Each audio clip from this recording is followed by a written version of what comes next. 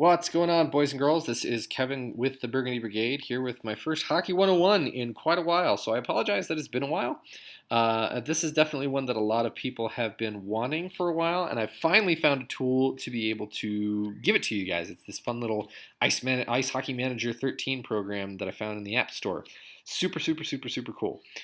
So we're talking about forechecking systems, defensive systems. Now, people want to know what the numbers mean and when they say things like 1-2-2 and stuff like that, and how these things are implemented and what is the strategy behind them, etc.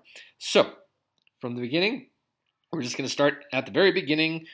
Very good place to start. So for any hockey virgins watching, or people who maybe don't know a lot of the vocabulary, I just want to make sure that we're going to give you some of the basic terminology that we're going to be using. So we see the little dots here. These are our players and the positions that they are taken up. So like D1 is defenseman 1, D2 is defenseman 2. RW equals right wing, LW equals left wing, C equals center. Now the way you tell the wings are where they correspond to the side of the ice on the going offensively. So if you have my right wing here, his offensive side is going this direction. So his right side is over here. He's the right wing. Same with the left wing going that direction. This is his offensive side, and it's his left side of the ice. Offensive zones and defensive zones. Very simple. I'm just going to get this thing set up right here. My goalie is the blue goalie. If I have the puck next to my blue goalie, I am in my defensive zone. If I am on the blue team and I am going to try to score on the red goalie here, the red goalie is in my offensive zone. Where these zones start and end are shown by the blue lines. Inside each blue line is each offensive or defensive zone, and the area between each blue line is called the neutral zone. This does not belong to either team, though you frequently see whichever team owns the neutral zone the best or plays the best in the neutral zone will frequently be the team that is winning the game. Zone entry refers to when I am trying to take the puck and enter the offensive zone, and the breakout refers to when I'm trying to take the puck and get out of my own defensive zone. So, zone entry, breakout. Those are the basic things right there. Now, the most important term here that we're going to be looking at is forecheck. So what is a forecheck? A forecheck is when my team does not have possession of the puck. The opposition has the puck in their defensive zone. So we're going to say that the puck is down here in the red zone, right about there. And Mr. D2 right here has the puck. I do not have the puck. My opposition has the puck in their defensive zone, and I am going in there trying to get it. Basically, that is what a forecheck is. Desired results, you create a turnover, have them make a bad pass, or maybe they just can't get a clean zone entry, so they have to dump the puck in. Those are essentially what you're trying to get. So the best goal of a forecheck, best case scenario, is to create a turnover in the offensive zone. We get all our guys in here. He makes a stupid pass. I get the, that's not what I want. I get the puck, and I say, hello, goalie. I've got a great scoring chance, and what is wrong with this? And score a goal right there. We try not to think about the worst case scenario because that is usually when it ends up in the back of our own net. The worst case scenario that we actually want to have happen is that our opponent does not get a clean zone entry. We want to make passing in the neutral zone very difficult, and the same with the skating. If we force them to just dump the puck in or just shoot it into our zone to nobody in particular, then the forecheck has pretty much done its job. Now we're going to talk about the systems. Now a lot of these systems have numbers to identify them. You'll see a lot of them say like 1-2-2, 2-1-2s, things like that. These numbers are very simple. They just identify the number of players to each layer of defense. So if you have 1-2-2, that's 3 layers of defense. On the first, sorry, you might hear the garbage truck outside my, or the construction truck outside my house.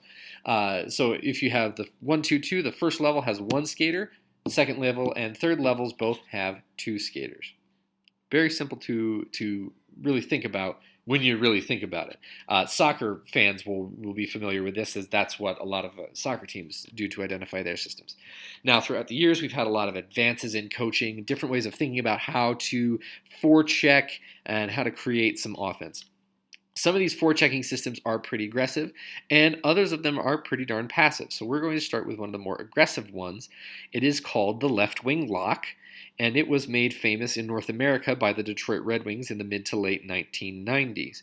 It's pretty aggressive in nature, and the general idea of the left wing lock, which is also called a 2-3, is to force the breakout out of one specific side of the ice, generally towards the defensive left wing, where multiple players are able to converge on the puck carrier, and create a turnover. Now, if all goes right, you can, like I said, create a turnover. And if all doesn't go right, then you've still got a lot of guys back to block the offense's path and make it difficult for them to get a chance themselves. So what happens? We'll start here. Puck goes into the offensive zone. D1 goes back to pick it up. We've got our red team all set up here to make a nice breakout. So here comes our forecheck. We got our right wing coming up, and he's going to pressure the D1 to go behind the net or make a pass behind the net. Center is going to follow. The right wing is going to follow. We're going to see the action come here. Center comes down to help. We've got 2 guys right here, 3 guys right here. Left wing here has an option, depending on how cleanly things come out, to either step up and create a turnover or fall back and create a wall at the blue line. Say here, that works. So he makes a good pass here, and now he's got an area to skate, so the left wing has to fall back. Now we've got our 2-3. So yes, they can get out of their zone, but now it is nearly impossible for the center to just come right in through here and get into a clean zone entry. There is very little, if anything, that he can do. And that's the beauty of the left wing lock. It makes it difficult to get out of the zone. And if you do happen to get out of the zone, it makes it incredibly difficult to get into the offensive zone. So we come up again. He makes a good pass to the right wing. We've still got this 2 and 3. Now there's a wall here. There's nothing that can be done. Nothing that can be done. The only thing that can be happen here is some sort of miracle alley-oop to the left wing swooping in, and that's just, that's some Mighty Ducks stuff right there. Generally, what will happen here is a guy will try to skate in and either make a brilliant move or get forced off the puck, turn the puck over at the blue line, or just dump it in. That is your 2-3, your left wing lock. Next is one of the more passive forechecks. Let me go ahead and load number 2 here. This is called the neutral zone trap, which was made famous by the New Jersey Devils around the same time as the left wing lock. It is also referred to as the 1-2-2. This forecheck has only one player in forechecking, and they aren't very aggressive about it. They let the offense choose a way to come out because they are set up the same, really, no matter what. The point of this one is essentially to play a big zone defense that forces the offense to either try to carry the puck through all the players or make difficult passes. The simple passes that are available are easy to react to and usually just result in multiple players converging on the puck and creating turnovers or a dump in. Most teams have a hard time breaking this, especially when it's run well, and just end up dumping the puck in. This spread across the league quickly after the Devils won the Cup in '95 and led to a time in hockey history that we refer to as the dead puck era, not only because it made it hard to pass through the neutral zone here and to skate through the neutral zone here, but with how much more relaxed they were about calling things like hooking and holding and the obstruction penalties, this brought the pace of the game down to a crawl. So this is what really prompted the NHL to do things like eliminating the 2-line pass rule and start cracking down on the stick infractions. So we're going to get from the beginning here. Once again, our red team has the puck. Whoop, stop. Here comes our forecheck. And as you see, we have 1, 2, 2. He's not going to force too much because he doesn't want to leave this big empty area. He's just going to let him come out. And they'll react accordingly. Come up the wall here. They keep their nice little 1, 2, 2. And again, D2, he doesn't have a lot of options. He can come up here. His easiest pass is right here. But then that brings these 2 guys in. Not much that can be done. He can try to force a pass here, but you've got these guys. He can try to force a pass here, but that's going to be a turnover. He can try and make a big hit him on the fly here, but even if, that's can be done, but that's a really, really difficult pass, can end up resulting in an icing and bring the puck back into the defensive zone. Really, his best options are to keep skating a little bit or to try to pass up the wing here. So he moves up and he passes up the wing here. Well, we still got the 1-2-2. Now we've got 2 guys on 1. So again, he's got limited options. He can try to force a pass through here, but again, that's not necessarily going to do much because he's got these guys right here that can converge on him, or these guys right here. He's got 3 guys versus 1 or 2. This all favors the defense. His options are pretty limited. He can do one of 2 things. Well, 3 things if you include the stupid plays. But he can basically dump the puck in and hope that his guys can go in and get it on a forecheck, or play the puck back and reset. And this is what makes this the 1-2-2 so frustrating to play against, is that there are so little options. And really, when a team is playing it well, it gets very, very, very difficult to create scoring chances. And when you saw every team in the NHL doing this in the late 90s, it's no wonder that the NHL said, man, we got to do something to get rid of this. So if you watch that, and so he just dumps it in here, turnover. If you want to watch it in full motion here we go. Here comes the forecheck. Out he comes, backing up. Oh, yep, there's not much I can do, is there? Oh, I'm just going to dump it in. Yep. The third forecheck we will discuss is a little bit trickier, and it's a little bit more aggressive. It is a variation on the left wing lock that allows the team to be more or less aggressive depending on the situation. It is the 2-1-2. Now, it's a bit more complicated to explain simply because the way the players react happens slightly. It's the same, but it's different depending on the way things go. So again, I'm going to get things set up right here. They have the puck in their defensive zone, and here's my 2-1-2. The Avalanche are a team that run the 2-1-2, and rather than refer to them as center, left wing, right wing, you often will hear Patrick Waugh refer to him as F1, F2, F3.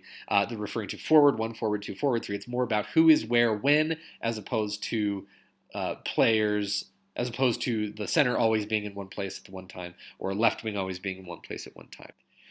So what's going to happen first is we will see the center pressuring D1. He will peel off when he passes up to D2 here. He'll peel off and fill the spot that was filled by the left wing. The right wing will continue to pressure the puck, and the left wing will come up and replace the center. Here we go. Now we still have our 2-1-2. Now, again, his options are to come up here, to try to come here. The options are still limited. So he comes up the wing here, and again, we have pressure. This one, when done well, again, maintains defensive integrity, but still creates a lot of trouble for the offensive team. And now here we've got him up the wing, and there's nothing he can do. He can only dump it in, right? Now let's see what happens if it goes the other way. Same essential thing, right? The center comes down, right wing falls back. 2, 1, 2. I don't know how that happened. Now what's going to happen here is the right wing is going to come up, and this is one of those situations I'm telling you about where guys just react and go and fill a space. The right wing is going to get it up the wing to the center here. Now rather than just stay in this little 2-1-2 spot, the left wing is going to fall back and fill where the center was, and the center and right wing are going to come pressure the puck, or the D2 are going to come pressure the puck. So now again we've got 2-1-2. It changes a lot depending on where the puck goes and how it reacts, but it's guys always knowing where they're supposed to go to fill a spot. If guys get out of their defensive responsibilities or react incorrectly, this can create some defensive breakdowns, which is the risk you run. But if you're looking to be an offensive team, chances are that's why you're going to be running this forecheck. Comes up again. You're hoping to get a dump in. That's sort of the end result. And if you want to be more passive with this, again, you can then sort of fall into the left wing lock with it and just have the 2 guys up and end with a 3 on the blue line. Bada bing, bada boom. Now we're going to end with what is probably the most passive of all the passive forechecks. We have had a lot of passivity in the NHL over the years, but this one takes it to a new level. It is the 1-3-1. Again, we have 1 guy forechecking, 3 guys standing at center, and 1 guy standing at or just inside his blue line. This was what the Tampa Bay Lightning did a few years back when they had a run into the Eastern Conference Finals. This didn't catch on like the neutral zone trap did, thank God. And again, is just so boring. 3 guys stand on the. I mean, there's no action. If you remember, this was a game where Philadelphia actually stopped playing. Actually stopped because they I mean, it wasn't their guy with the puck just stood in his own face-off circle and waited, and nothing happened. The ref actually blew the play dead because nothing was happening. Said he had to keep the puck moving. So that was sort of a ridiculous thing there. And since Philippe Boucher was fired from Tampa, we haven't really seen this come back, thank God. So again, we have one guy forechecking, three guys trying to take away space, and one guy basically sitting back and saying no one's going to get behind anybody. So here we go. And yeah, comes up the right wing again. There's nothing. All he can do is skate forward, try to make a stupid play, or play backwards. And since teams don't generally like to play backwards, he's going to come up and dump it in, right? Comes up again. There's nothing he can do here. Nothing he can do here. He has three guys to deal with. He can't make a good pass. Can't make a good pass. Can pass back if he wants. I mean, we'll have a hell of a time trying to skate through two different guys right here. All he can do is dump it in. And this again, like I said, it's very, very passive. It didn't catch on. This was a type of system that regularly saw whole games, with about a grand total of 35 shots between both teams, because that's just how it was played. And the NHL did not want that, so they basically made the rules, changed a few rules here and there to make teams try to stay away from this. So those are some of your systems. I hope this was a good video for you, and that you learned something. So next time you watch the Avalanche or whoever your team play, you know what system they are trying to run as a forecheck. So we'll see you guys next time. Don't forget to subscribe. NHL coming up soon. Looking forward to training camp.